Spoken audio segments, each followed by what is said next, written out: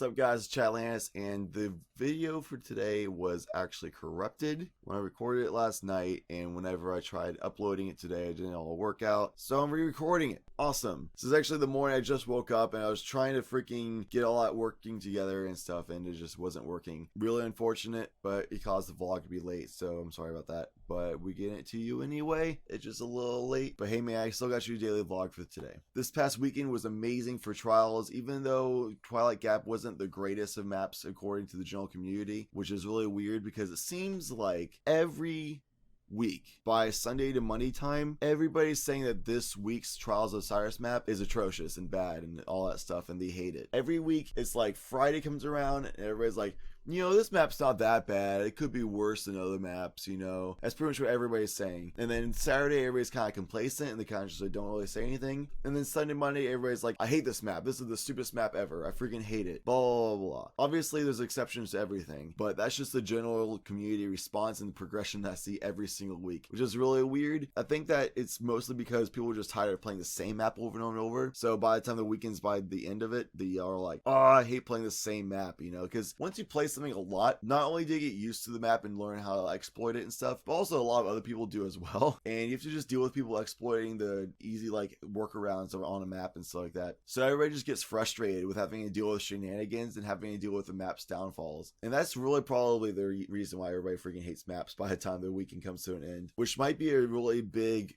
plea for rotations on Trials maps instead of being the same map over and over. Overall though, I actually did enjoy Twilight Gap as a map. It definitely felt like Bravo had an advantage as a spawn, and I knew that from the start, and it still feels like that from the end. But I found a lot of ways of playing from alpha spawn to make it seem not as disadvantaged, but it definitely still felt disadvantaged. Pretty much anytime a specific spawn has immediate control over the objective, that spawn has an advantage on a Trials map. Because as long as you can immediately get to an objective before another team does, and you can control that objective, the other team has to eventually push a tempo and play against you. The one map that I would say that actually has an exception to that is probably Widow's Court, because the objective is on a place that is really exposed in a giant courtyard, and everybody from the top side area with the Bravo spawn will be able to just use head glitches and stuff to just snipe at people trying to take the objective. So it's probably the one and only map that I can really think of that has an advantage for the team that's not immediately controlling the objective. Every other map basically plays out as a team runs to the objective point, controls it, and the other team has to do something crazy to be able to push into the objective area, which gives the team on the objective point advantage because they can have the choices to either hard scope and camp, push to tempo and rush with shotguns, sit back and like on the back foot with a fusion rifle while people are coming in on them, use grenades and primaries on people coming in on them, and overall just dictate the pace of the match. Whereas the team attacking the objective has to eventually try to make a push on the objective, so the team sitting on the objective just knows that's going to happen and they'll just prepare for it. And a team that can prepare for something specifically happening is going to have the advantage. So really the best fix for that is just for Destiny or Bungie, really. For Bungie, when they come out with new maps, is to make sure when they design it for Trials to not make it so the objective is in a location that's advantageous for one specific spawn location. Or if one objective isn't advantageous for another spawn location, at least make sure one spawn location doesn't have a huge advantage with hard scopes and head glitches that watch over the objective location.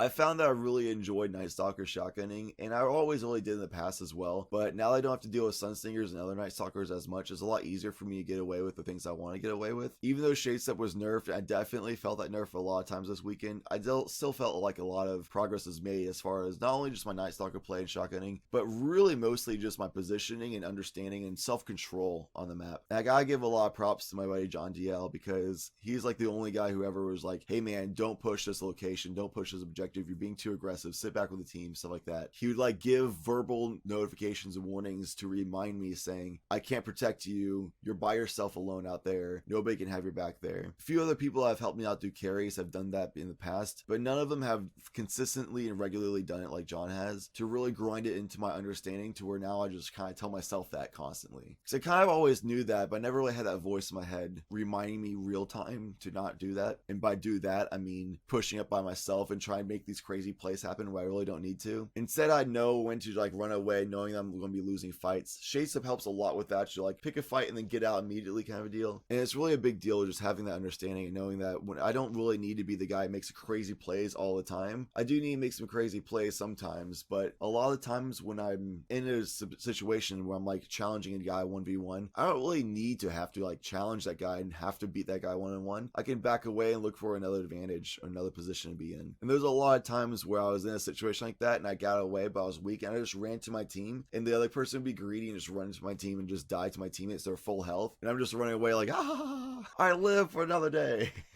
So with that new like reformed kind of mindset and a lot of other little things, I definitely felt like I improved as a player this weekend, which is an awesome freaking feeling moving forward. Next week's map supposedly is Exodus Blue due to that glitch previously discovered where you can figure out what the next map is if you try loading into Trials of Osiris at the very last second before it reset, and it loads you in Trials of Osiris state but for a different map than the previous, like the current week's map was. So this week's map that was revealed was Exodus Blue, so supposedly this upcoming week's Trials of Osiris map is Exodus Blue, which is also a pretty good shotgunning map. It's a pretty good shotgunning map and a pretty good sniping map, so it's kind of balanced in my opinion. There's a lot of head glitching and hard scoping locations that you can cover with sniping, but there's also a lot of obstacles and stuff you can hide around and weave around with shotgunning and make that useful too. Overall, Exodus Blue for me is kind of a neutral map. It's not one of my favorites, but I definitely don't hate it either.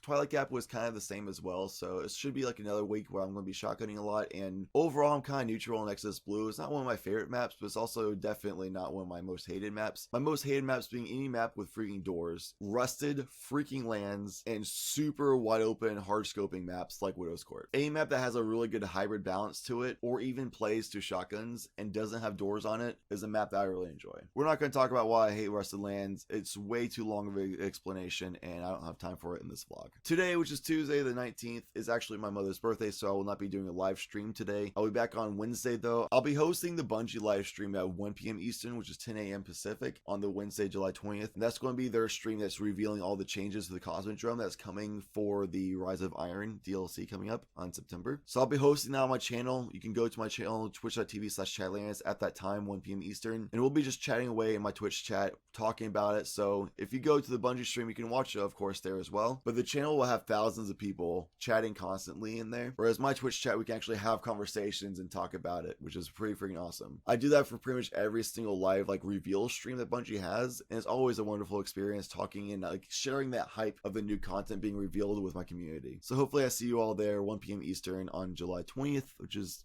tomorrow after this vlog is released. I will also be doing a live stream for my own content, which is at 7 p.m. on Wednesday, returning back doing Iron Banner reviewers on Destiny. EVO this past weekend was freaking sick. If you don't know what EVO is, it's the biggest yearly tournament for fighting games, including stuff like Street Fighter, Killer Instinct, Guilty Gear, Super Smash Brothers, both Melee and the new 4 one for the Wii U. So like Mortal Kombat and all of those fighting games is all in one tournament, which is a big freaking tournament. Over 5,000 people entered for Street Fighter 5 alone. It was broadcasted on ESPN2 to like over 400,000 people, nearly 500,000 from the total tally, which doesn't even tally the people watching the past broadcasts who couldn't catch it live. And that tournament was freaking sick. That really fueled my fire for wanting to get into Street Fighter 5 and play that a lot more. One of my viewers named Wait Perry actually donated me one of his old fighting sticks, and I definitely need to put that into more use than I already have. Especially since this year coming up for TwitchCon, I'm going to be going to California, and I'm going to be visiting Wednesday Night Fights, which is a weekly tournament in California based out of nearly LA, slightly outside of LA. So I'll be attending that this year for the Wednesday before TwitchCon, so I need to definitely practice up so I don't go 0-2 in that tournament. That's it for this vlog. Hopefully you enjoyed it. Be sure to subscribe to this channel if you haven't done so already. Like the video if you haven't done so. If you like it, of course. Thank you so much for being you, and thank you as always, citizens, for watching.